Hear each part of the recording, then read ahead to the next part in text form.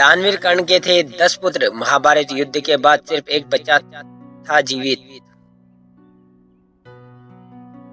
महाभारत काल में अविवाहित कुंती को सूर्यदेव की कृपा से दिव्य कवच कुंडलों से युक्त एक पुत्र जन्मा था, जिसका नाम था कर्ण। कुंती ने कर्ण को त्याग दिया था। बाद में कर्ण को अधिरथी और उनकी पत्नी राधा ने पाला, इसलिए कर्ण राधे कहलाया। महाभारत ग्रंथ में कर्ण की पूरी कथा है, जिसमें कर्ण के 10 पुत्रों का भी जिक्र है। आज हम आपको कर्ण के उन्हीं पुत्रों के बारे में बताने जा रहे हैं। ये थे कर्ण के 10 पुत्र। महाभारत में बताया गया है कि कर्ण के 10 पुत्र थे।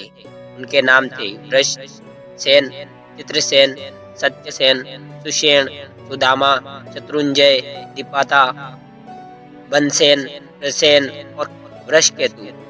इनमें से वृषकेतु कर्ण का सबसे छोटा पुत्र था। महाभारत युद्ध के बाद वृषकेतु की कर्ण का एकमात्र जीवित पुत्र रहा।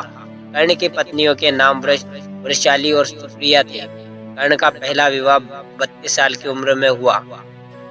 इसके बाद कर्ण का दूसरा विवाह सुप्रिया से तब हुआ जब दुर्योधन ने कलिंगी की राजकुमारी भानुमति से शादी की थी। कर्ण के 10 में से 9 पुत्रों ने महाभारत के युद्ध में भाग लिया। वृषकेतु ने कर्ण से ली ब्रह्मास्त्र की शिक्षा।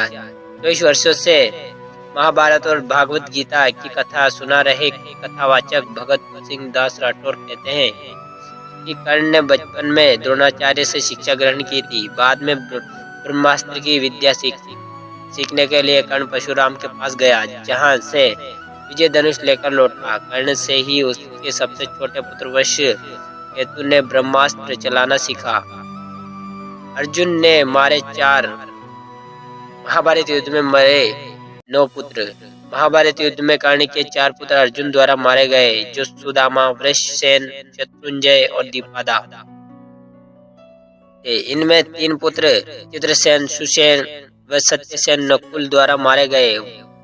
बाणसेन का वध भीम और प्रसेन का वध शांत्यकी द्वारा हुआ। इस तरह कर्ण के 9 पुत्र महाभारत युद्ध में ही मारे गए। अर्जुन के हाथों मारा गया कर्ण का भाई। कर्ण के कई भाइयों ने भी महाभारत युद्ध में भाग लिया था। उसके वे भाई राधा के पुत्र थे।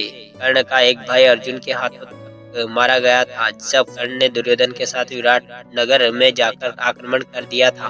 अब अकेले अर्जुन ने समस्त कौरव सेना को परास्त किया था।